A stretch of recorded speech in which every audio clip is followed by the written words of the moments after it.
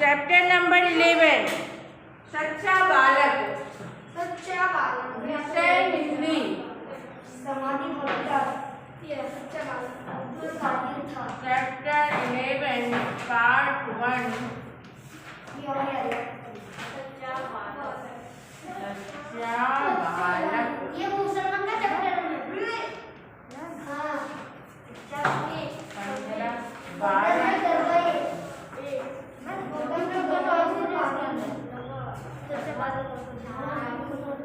अब्दुल कादिर की बेटा है और मुसलमान का जोड़ा है।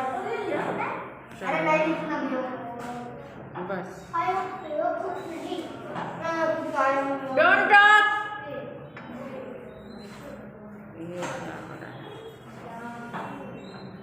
Space is over.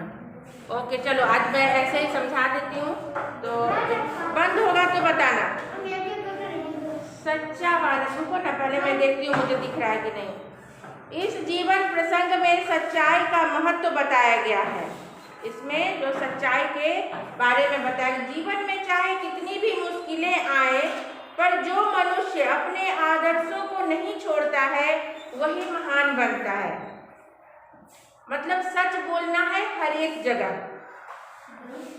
एक समय की बात है, एक लंबा काफिला बगदाद की ओर जा रहा था। काफिला मतलब जुलूस, काफिला बोलते हैं जुलूस को।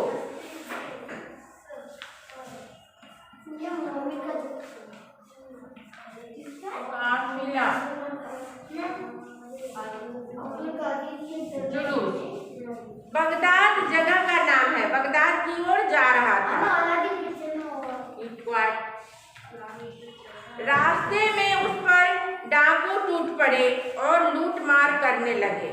रास्ते में डाकू लोग, चोर से भी बड़ा डाकू होता है जो दिन दहाड़े अटैक कर देता है, तो वो लोग उन पे टूट पड़े, यानी कि हमला बोल दिए और उनको जो है लूट मार करने लगे। मतलब वेरी नाइस, रखो उसको।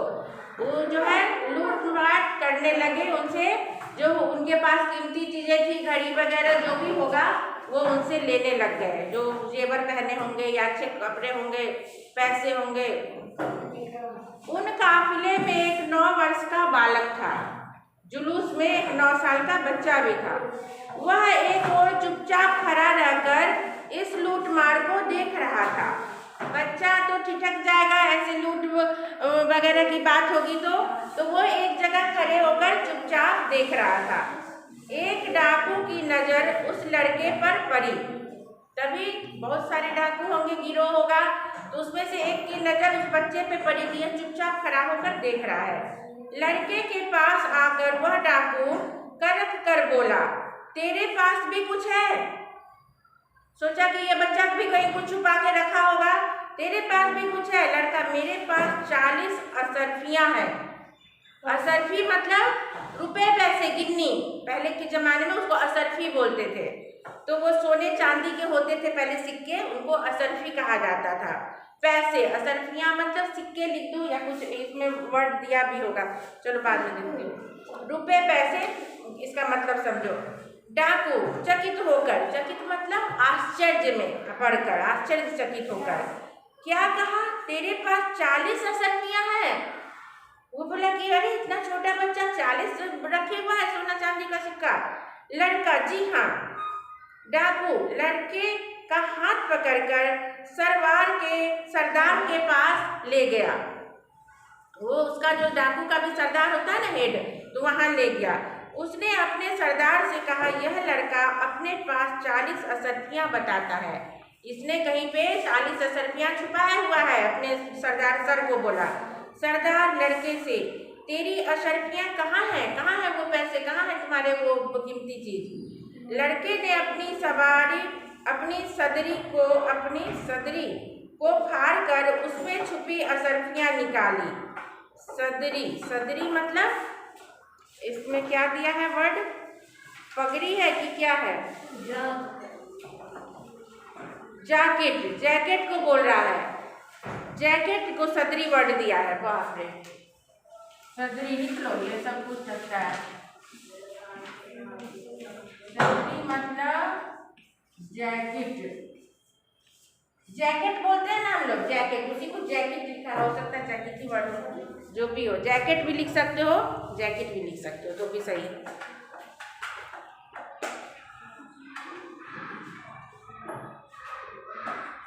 छुपी असरफियां निकाली, उन्हें सरदार के सामने रखते हुए कहा, यह देखो। वो सच्चा बालक था, झूठ नहीं बोला कि मेरे पास कुछ नहीं है, वो निकाल के फाड़ के दे भी दिया। सरदार आश्चर्य से, लड़के, असरफियों को इस प्रकार से रखने का उपाय तुम्हें किसने सुझाया? कौन बताया कि यहाँ जैकेट में छुपा के रखो? लड़का, मेरी माँ ने इसको सदरी के अंदर में सी दिया था, जिससे किसी को पता न चले। अब वो भी सच सच बता दिया कि मेरी मम्मी यहाँ छुपा दी थी और सिलाई कर दी थी कि किसी को पता ही नहीं चले। हाँ, तो सरदार, तो तूने असरफियों का पता हमें क्यों बता दिया? अब वो भी आश्चर्य में है कि भाई जब छुपाए हुआ इसकी मम्मी छुपा दिया कि हमें को बता रहा है, हम जान नहीं पा रहे, तो भी तो पूछा कि मुझे क्यों बता दिया? लड़का, मैं झूठ कैसे बोलता? सच्चा बालक था, वो बोला मैं झूठ बोल ही नहीं सकता हूँ। मेरी माँ ने कहा था बेटा सदैव सच बोलना, हमेशा सच बोलना। तो वो ये बात उसके माइंड में बैठ गई थी, झूठ बोलना पाप है। सरदार डाकुओं से, यह छोटा बच्चा अपनी माँ का इतना कहना मानता है कि ऐसे संकट में भी झूठ नहीं बोला। जब लूटपाट हो रही है, हम ही इससे लेने आए हैं, मुझे पता नहीं और मुझे ही बता रहा है कि लो यहाँ है सब्जियाँ, और फाड़ के भी दे दिया। ल हम लोग बड़े होकर भी ईश्वर के बताए नेक रास्ते पर नहीं चलते और लूटपाट करते रहते हैं। बड़े भी हो जाते हैं तो बहुत सारे बड़े व्यक्ति भी इतना सच तो नहीं बोलते हैं, खास कि अगर डाकू कोई चोर लेने आया तो थोड़ी बोलेंगे कि यहाँ है ले लो भाई। तो वो बोला कि बड़े होकर भी लोग ऐसा नहीं करते हैं, सब डाकू। सरदार, बात तो ठीक है, वो भी सब बोला कि हाँ सर ये बात तो सही है। सरदार डाकुओं से, इतना इनका लूटा हुआ सामान इन्हें वापस कर दो। सरदार बेचारा खुश हो गया उसके सच्चाई से, तो वो बोला कि इनका लूटा हुआ सामान वापस कर दो।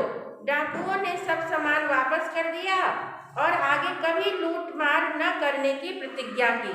उनको उससे सीख मिल गई, उस छोटे से बच्चे से, कि इसने सच बोला, हम लोग लूटने आए थे तब भी ये सच, बेचारा झूठ नहीं बोला, सच पे अटल रहा, मम्मी का कहना माना। तो उसने उस दिन से समझ गए कि आज से हम लोग लूटपाट वाला काम नहीं करेंगे। सच बोलने वाले इस बालक का नाम अब्दुल कादिर था। अंडरलाइन कर लो, सच बोलने वाले इस बालक का नाम अब्दुल कादिर था। ये क्वेश्चन आएगा कि सच वो बच्चा का क्या नाम था?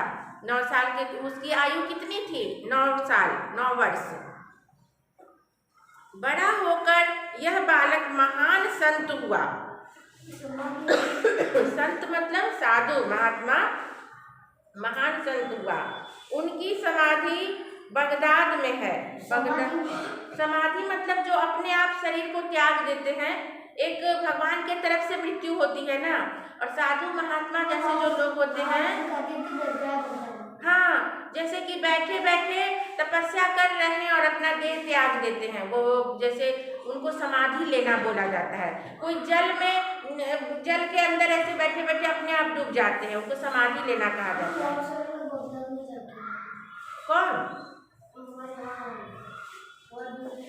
बगदाद जाके आए? बाप रे, हाँ, तुम भी गए हो? चलो, उनकी समाधि बगदाद में है। वहाँ प्रत्येक वर्ष बड़ी संख्या में लोग दर्शन के लिए आते हैं।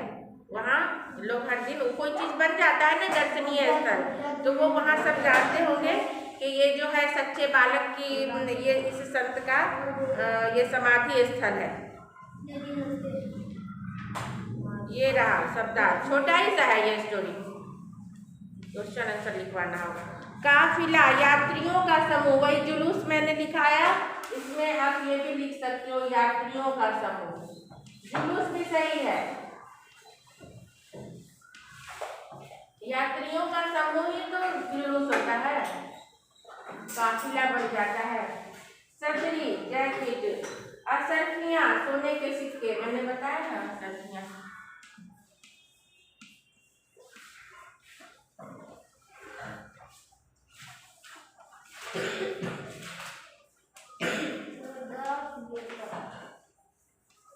सोने के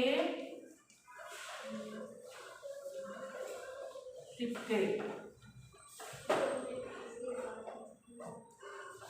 वापस करना माने लौटाना, ये तो सब कोई जानता है। वापस करना मतलब लौटा दिया।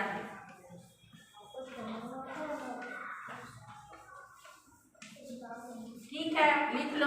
अगर पूछा जाए तो उस समय वर्ड नहीं याद आए कि क्या है भाई, वापस करना का लिखना। लौटाना, लौटना नहीं, लौटाना, लौटाना। और क्या है? सरदार, नेता, सरदार, नेता। अस्तर, सिले कपड़े के भीतर की तह।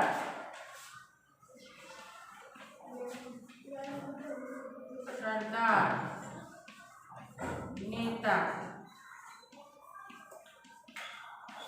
अस्तर, जैसे कुछ पतला कपड़ा होता है तो नीचे हम लोग लाइनिंग लगाते हैं ना, ये जैसे है तो ये अस्तर है इसका।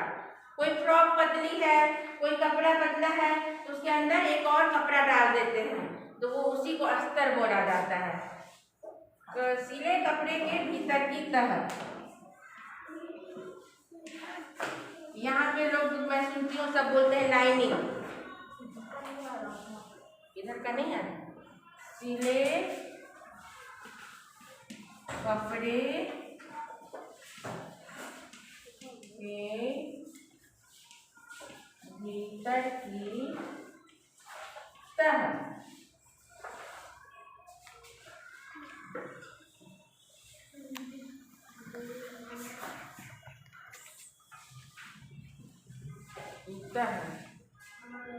समाधि, वही मकबरा, मजार, जैसे उसको भी समाधि बोला जाता है। जैसे वाटर ड्राइंग, मजार देखा है ना, यहाँ पे मुस्लिमों का मजार जो ऐसे बना रहता है, लोग प्रणाम करते हैं तो वहाँ पे दुआ लोग मांगते हैं, तो वो भी एक तरह का समाधि है। वैसे ही समाधि हिंदुओं में भी होता है। जैसे कि गांधी जी की समाधि है वहाँ दिल्ली में, बहुत सारे हैं, राजघाट है, नेताओं के जो बने रहते हैं ऐसे चबूतरे, वो समाधि कहलाता है। ऐसे मुस्लिमों में भी होता है ना मकबरा और ये सब, वो भी। हाँ, तो उनका जो होता है ना, हम लोग जाते हैं, अगरबत्ती सब जलता रहता है वहाँ पे, वो भी दैट इज समाधि। यहाँ वही लिखा है, समाधि का मतलब मकबरा, मजार, क्योंकि बगदाद की कहानी है ना, इसलिए मकबरा,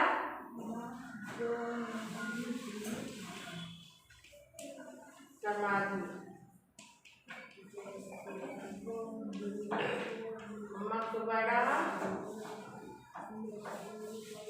मजार। फिर क्या है? माँ, माँ का पर्यायवाची क्या है? जननी एंड माता।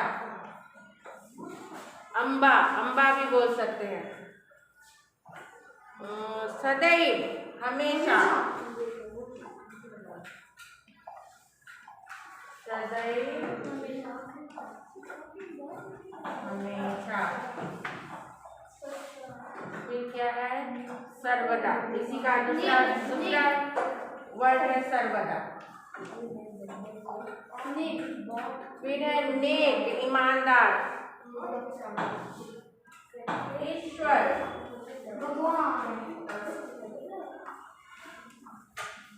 भगवान और प्रभु, और देव भी बोल सकते हैं, देव। और क्या है? एक नेक,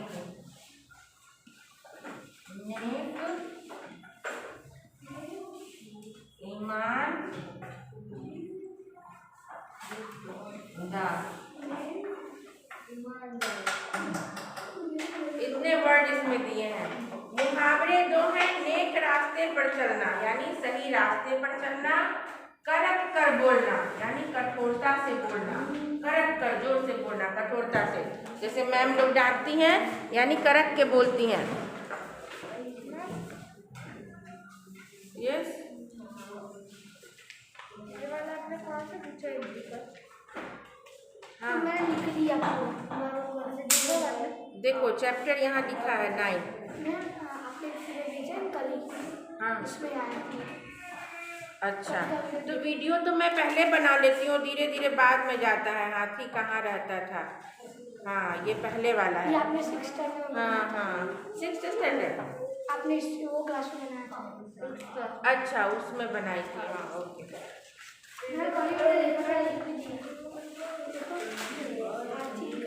ठीक है, तो देख लेना कल का वीडियो अगर गया है तो, क्योंकि वीडियो बहुत दिन के बाद जाता है ना, बन तो जाता है हम लोग का पहले।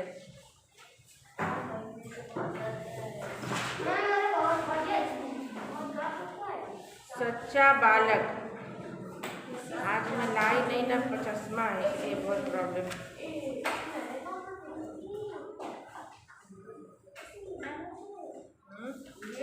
यही कर देता ये आप कल करा देना। हाँ सही बात है, आज मुझे कुछ दिख ही नहीं रहा है, बहुत कम दिख रहा है। तो सुबह से ऐसे ही मैं देख देख के पढ़ा रही हूँ। हिंदी दैनिक पत्र, चलो ये रीडिंग करके बताती हूँ। कीप क्वाइट, सब चुपचाप रहना। हिंदी दैनिक पत्र यानी कि दैनिक पत्र मतलब क्या, जो हर रोज आता है। अखबार आता है ना, न्यूज़पेपर, वो दैनिक पत्र हो गया। दैनिक मतलब हर दिन आने वाला पत्र। डोंट टॉक, हर दिन। दैनिक मतलब हर रोज। मासिक पत्रिका क्या होती है, जो मंथ में एक निकलता है। जैसे कि कोई मैगजीन वगैरह है, गृह शोभा है, कोई भी है, कादम्बरी है, कोई बुक आते हैं ना जो महीना में एक बार, फिर आएगा फरवरी में, फिर आएगा मार्च में, एक एक निकलता है। और दैनिक जो रोज आता है। और ये एक होता है सालाना, जो साल में एक ही मोटी कोई पुस्तक छपती है। तो अहमदाबाद, रविवार 28 अगस्त 2011। बड़ोदरा में पहली बार गणेश जी की मिट्टी की प्रतिमा स्थापित।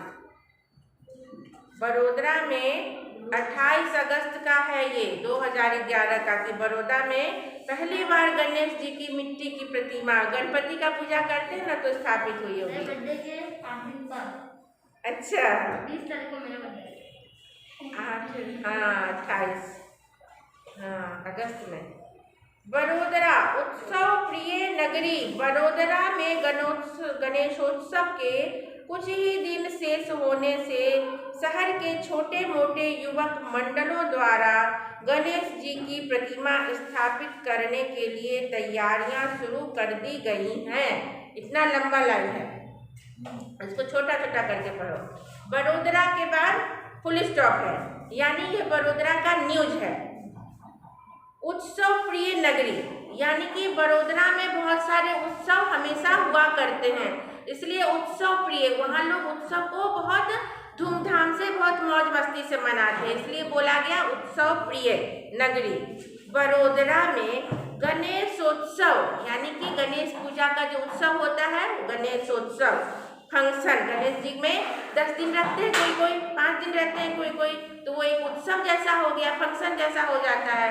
तो गणेशोत्सव के कुछ ही दिन शेष होने से, मतलब कुछ ही दिन बचे थे। शेष होना मतलब बचना, बाकी रहना। हमारे पास 5 रुपये शेष हैं। मान लो तुम्हें 20 रुपये मम्मी ने दिए, अब तुम चॉकलेट खरीद लिए, बुक खरीद लिए, पेंसिल खरीद लिए। मम्मी ने पूछा कितने पैसे हैं तुम्हारे पास, तो तुम बोलोगे मेरे पास 5 ही शेष हैं, यानी 5 ही बचे हैं। अब तो यहाँ पे क्या है कि कुछ ही दिन शेष होने से, कुछ ही दिन बचे होने से शहर के छोटे मोटे युवक मंडलों, छोटे मोटे युवक मंडल मतलब क्या, जैसे कुछ ग्रुप बन जाता है जो ऑर्गेनाइज करता है फंक्शन।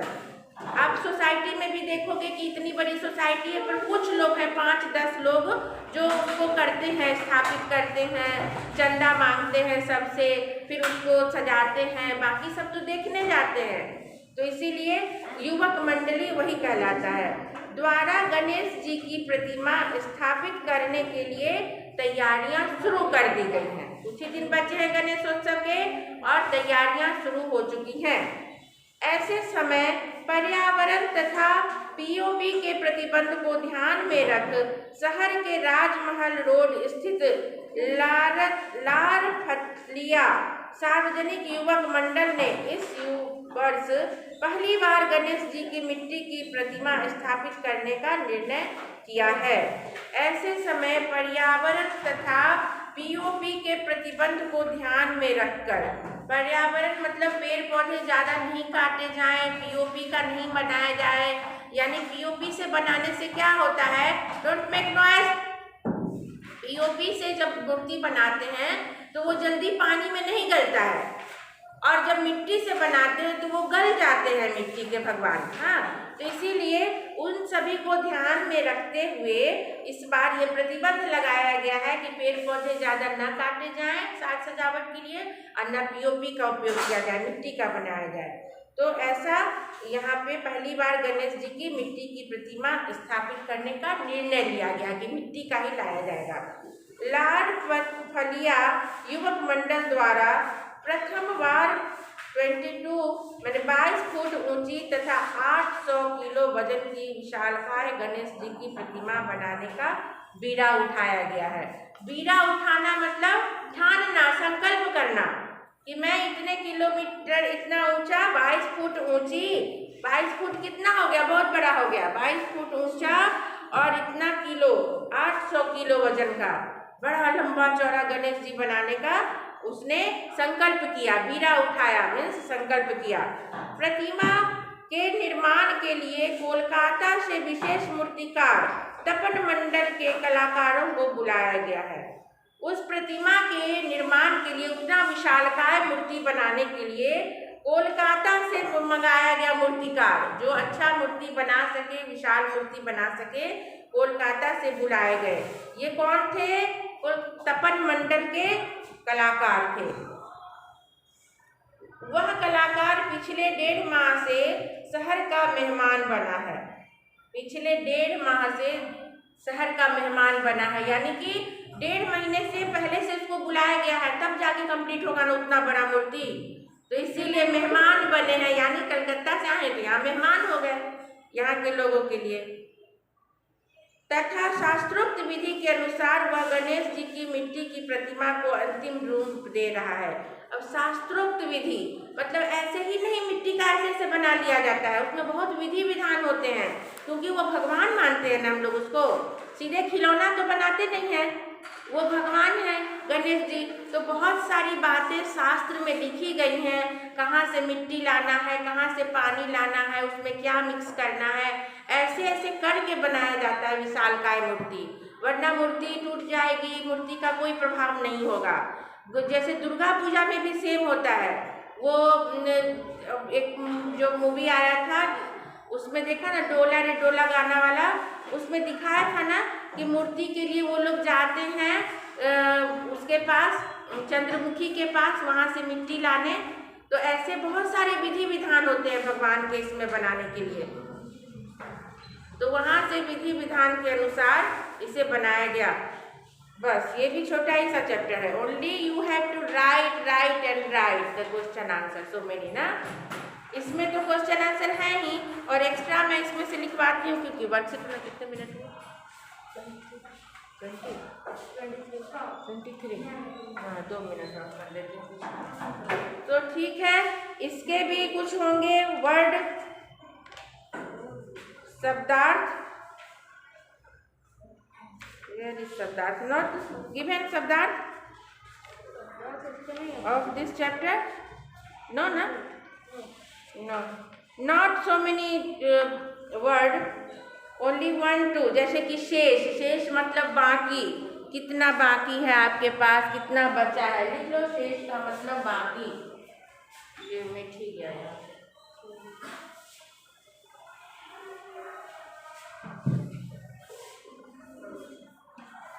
शेष का मतलब बाकी या बचा हुआ। कितने शेष पैसे हैं, कितना बचा हुआ है, कितना बाकी है तुम्हारे पास। और क्या है? मूर्तिकार मतलब मूर्ति बनाने वाले, तो मूर्तिकार कहते हैं। मूर्तिकार मतलब मूर्ति बनाने वाले, हाँ,